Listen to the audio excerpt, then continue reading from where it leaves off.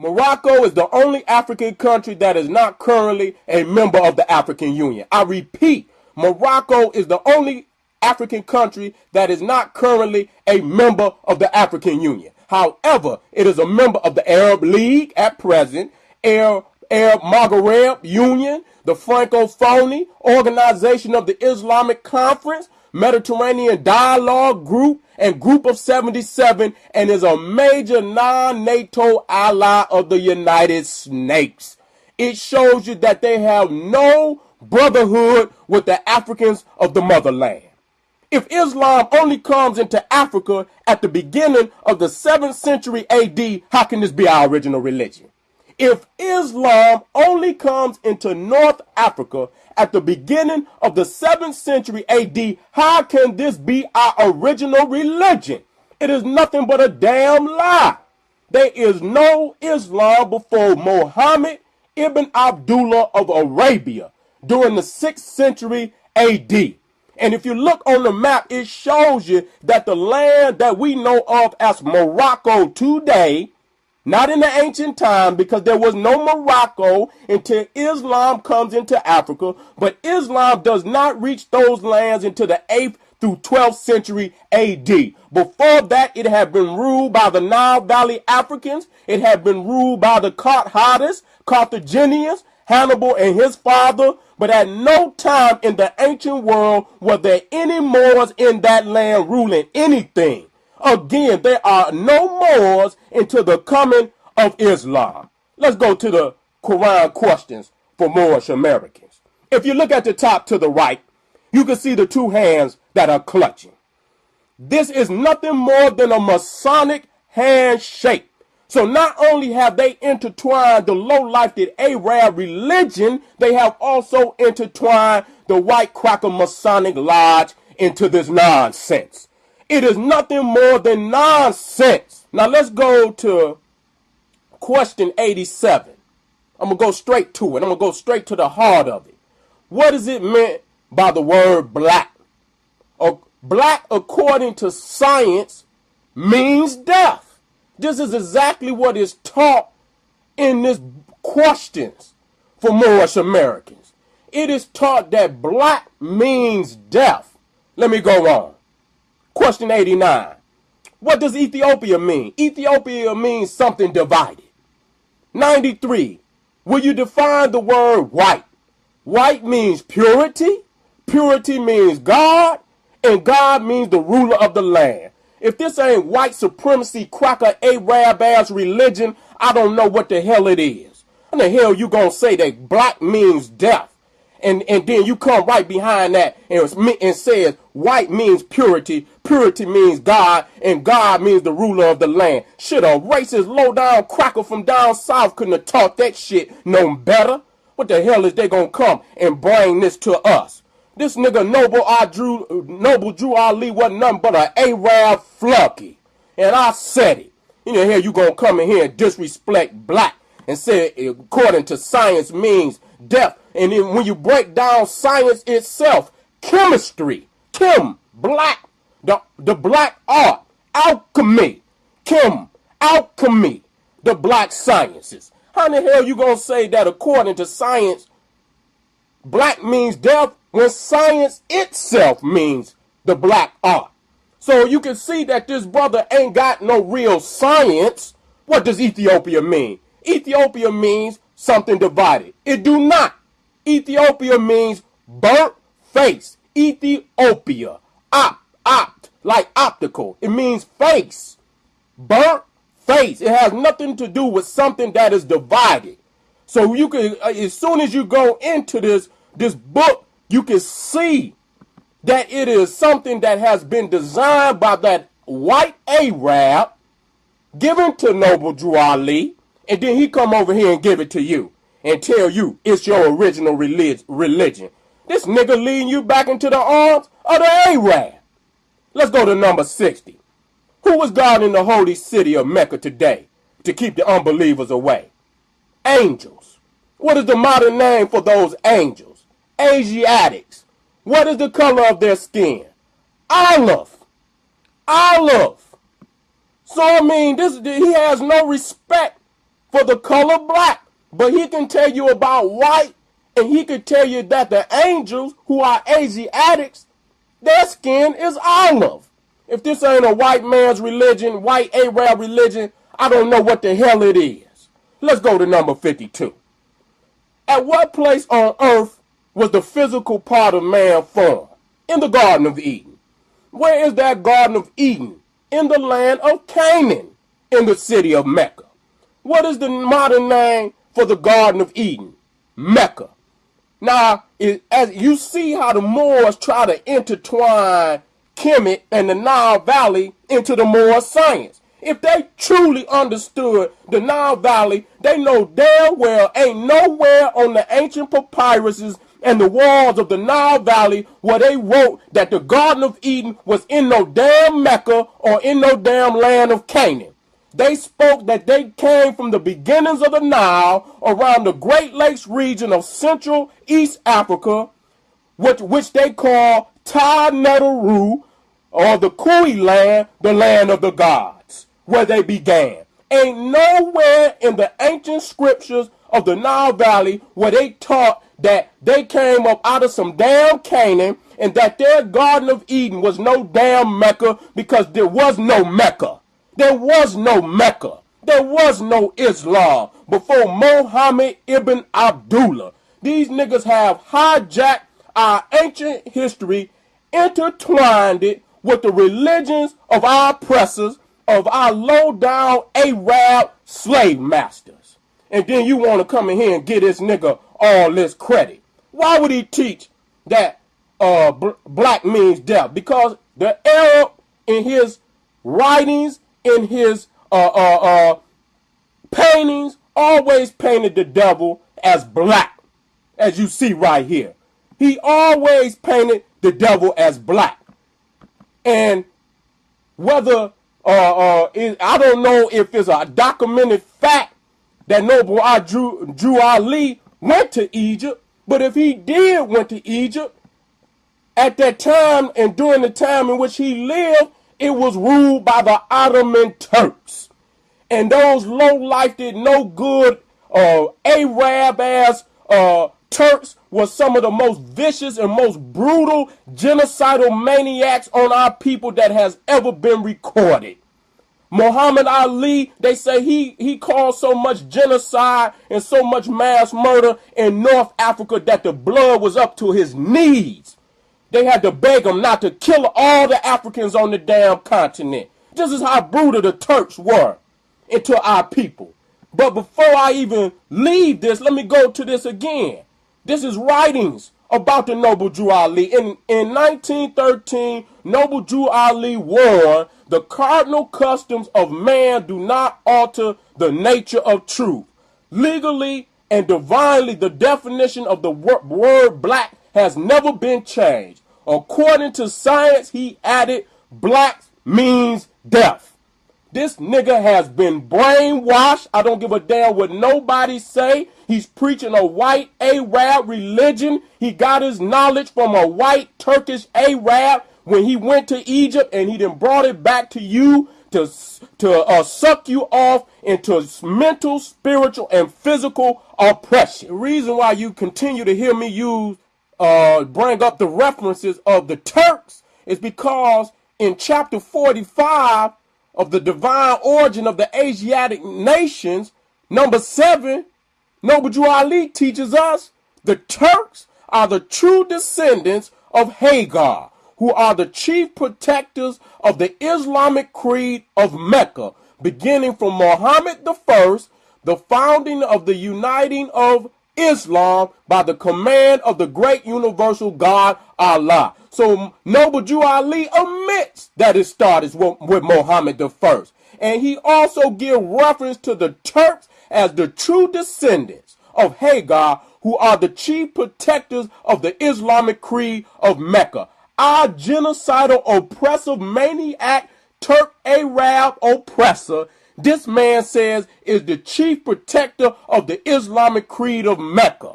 If this ain't nothing but some white supremacist, Arab, oriented, oppressive of a religion, I don't know what the hell it is. Go straight to the Moorish science, False Teachings Part 2 for an even hotter video than the first.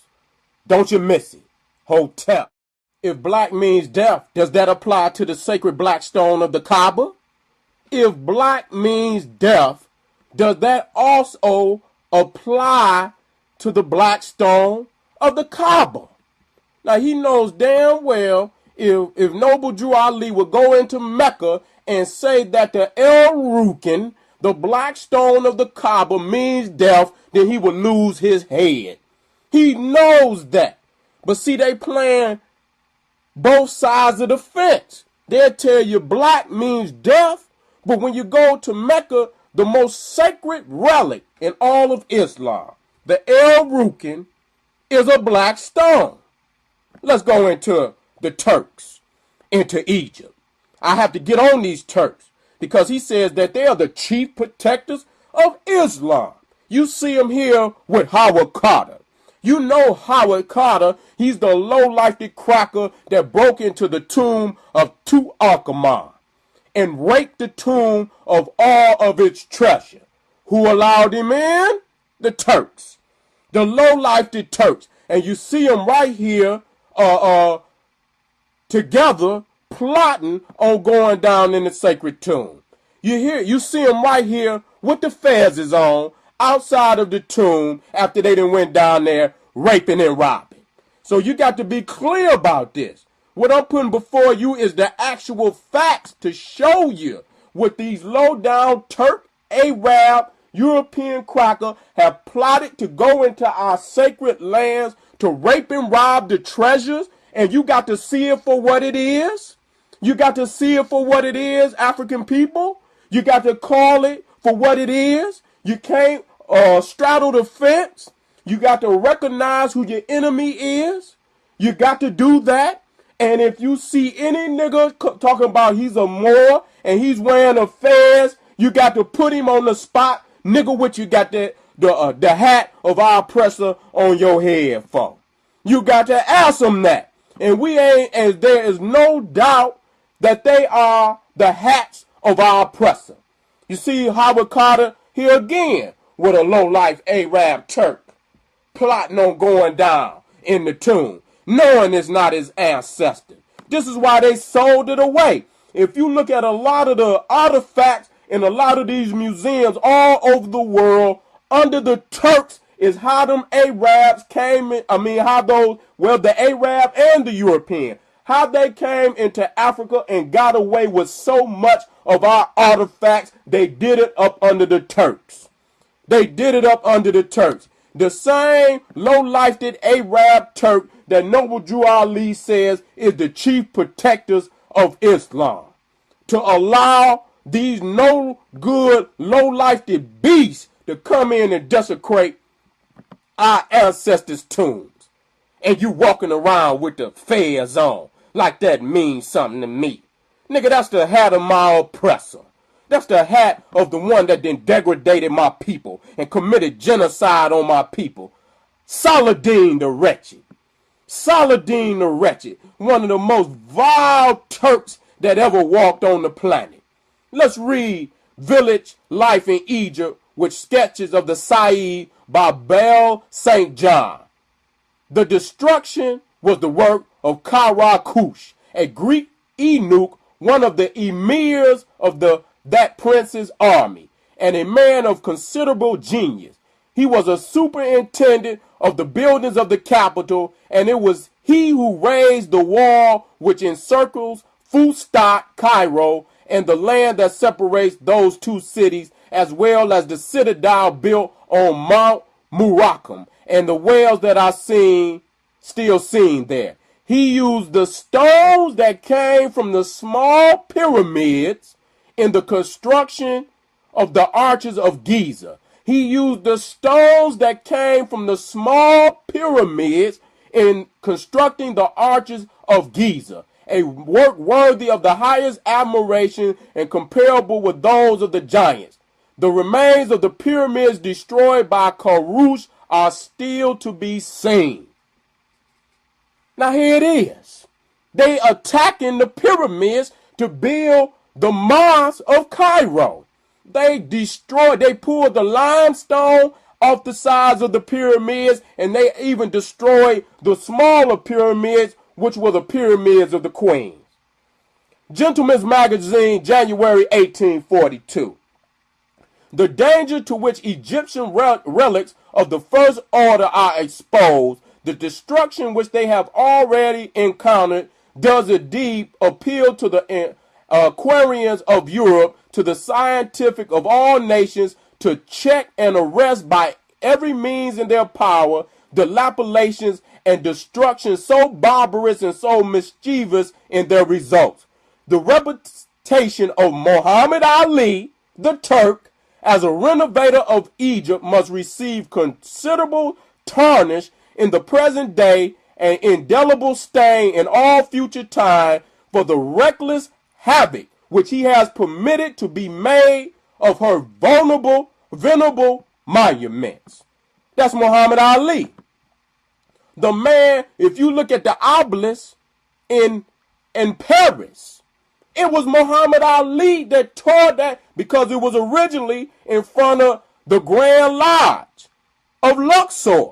He tore it down and gave it to the French. He tore it down. That lets you know it wasn't a part of their culture. But again, this is the Turk. This is the man that Noble Jew Ali says is the chief protector of Islam. He sure ain't the chief protector of Africa and African people and African culture. You got to make that clear. Village Life in Egypt, with sketches of the Said by Bell St. John. Nothing gives a grander idea of the architectural achievements of the ancient Egyptians than the labor for thousands of years has been from time to time expended in pulling down what they built up. Formerly, as an air rider of authority, there existed at Giza a considerable number of small pyramids which were destroyed in the time of Saladin. Actual fact. So you got to know this. You got to call them on it. They are nothing but the enemy. The fez, anytime you see the fez, it is the hat, the cap of our enemy, low down Turk Arab. Call them niggas on it. Some of these Moors even say that the Pharaoh is wearing a fez. I'm going to let you look at this for yourself. You going to let them niggas usurp your knowledge and your history and give it over to a Turk Arab fez wearing ass nigga to usurp your knowledge like that? I'll let you look at it for yourself. According to the ancient Egyptians, and specifically the Book of the Dead, the original wearer of the crowns of Egypt was Osiris, who was not a Moor nor a Muslim. Glory be to thee, O Osiris Unefer, thou great God in Aptu, Abydos, King of eternity, Lord of everlastingness, God whose existence is millions of years, eldest son of Nut, not Allah, begotten by Geb, not Allah, the chief ancestor, Lord of the crowns of the south and north, Lord of the high white crown. And the white crown is the crown of Upper Egypt, showing that the crown of Upper Egypt was the supreme crown, and it was the crown that came from the origin of Nubia and the regions where the Great Lakes region of Central East Africa began. So that eliminates this land of Canaan origin for our Nile Valley Africans. I want to bring you to this very terrible incident that happened in 2006, where some Darfur refugees fled into Egypt, and the Egyptians, allowed them to stay there for maybe 2 or 3 months, and then they moved in on our brothers and sisters.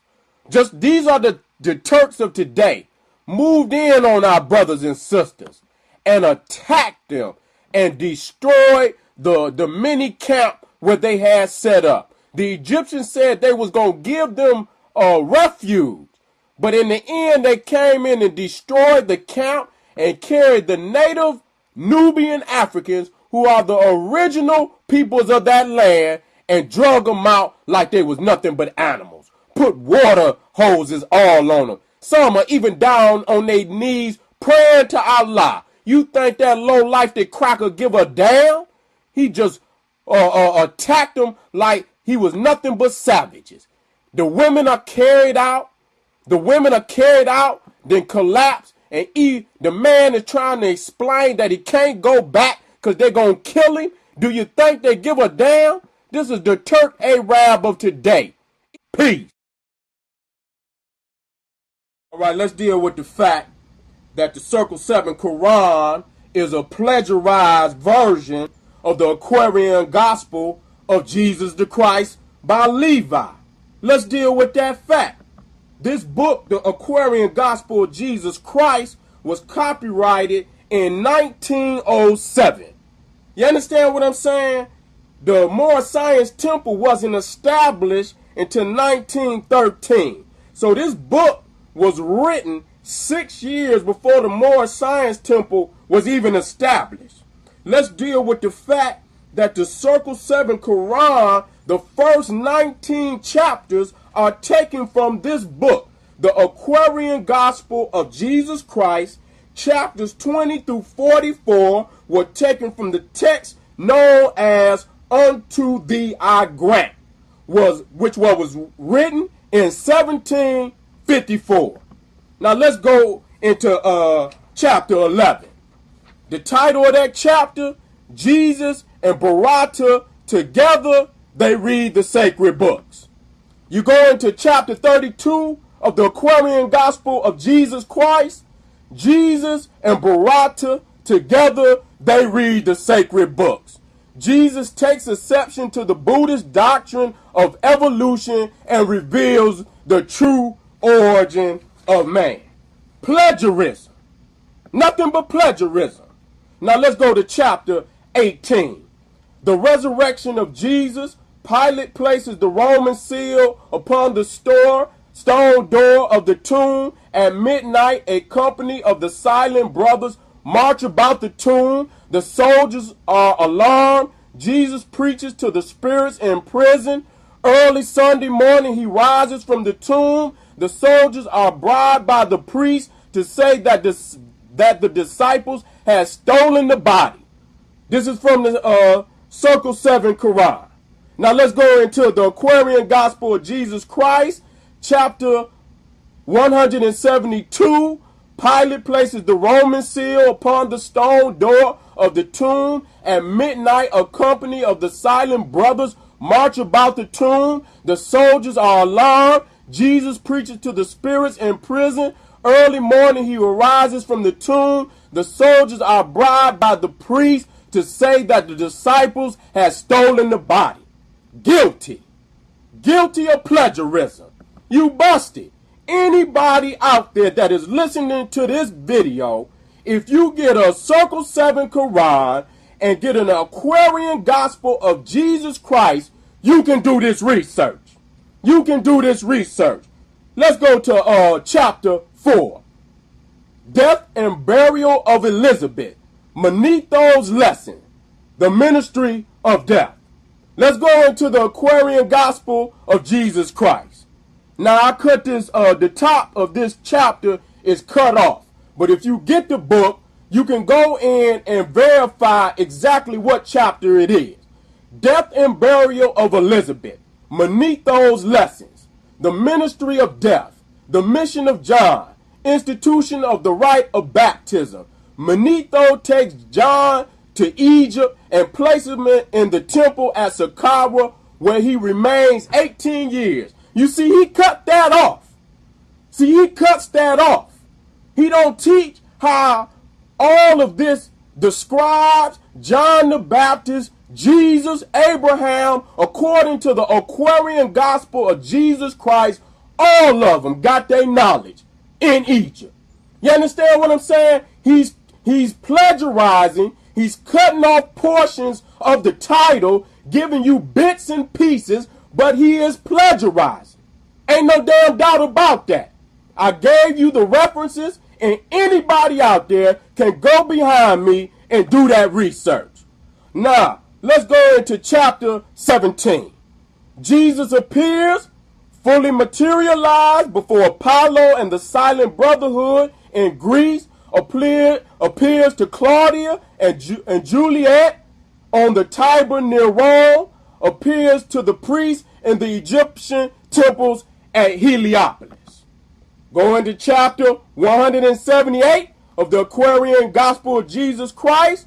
Jesus appears fully materialized before Apollo and the Silent Brotherhood in Greece, appears to Claudius and Juliet on the Tiber near Rome, appears to the priests in the Egyptian temple at Heliopolis.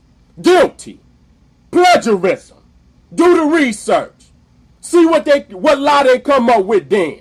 They talking about all that Noble Jew Ali brought. He plagiarized. Anytime you take from another script, another writing, and you do not give a reference to the author of the original writing, that is plagiarism. Guilty. Now let's go to chapter 16. Pilate's final effort to release Jesus fails. He washes his hands in feigned innocence, delivers Jesus to the Jews for execution. The Jewish soldiers drive him to Calvary. Now let's go into the Aquarian Gospel of Jesus Christ. Chapter 168. Pilate's final effort to release Jesus fails. He washes his hands in feigned innocence, delivers Jesus to the Jews for execution. The Jewish soldiers drive him to Calvary. Guilty of plagiarism. You're guilty. Now let's go into chapter 55. Things that he left out. Jesus passes the 7th brotherhood test, and in the purple room of the temple receives the 7th, the highest degree, the Christ. He leaves the temple a conqueror. This is in Egypt. This is in Egypt.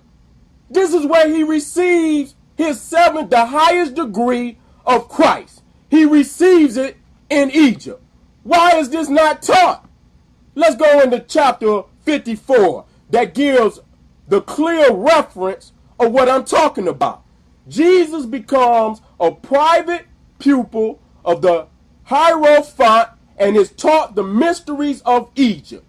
In passing the 7th test, he works in the chamber of the dead. In Egypt. Not Canaan, not Mecca, not Morocco, not America. Egypt is where he receives his degree of Christ. Why the hell that ain't brought out? Plagiarism. He cut what he wanted to put in the book to make up the mystery or the fantasy that he wanted to project, and he clearly cut out other information that would have given the people a clear understanding of what this was all about. Upon your brow I place this diadem. In the great lodge of the heavens and earth, you are the Christ. In Egypt, not in Mecca, not in Canaan, not in Morocco, not in America. This takes place in Egypt. Oh, let's deal with this also in the Aquarian Gospel of Jesus Christ. You ask why Abram came into Egypt land. This is the cradle land of the initiate. All secret things belong to Egypt land. This is why the master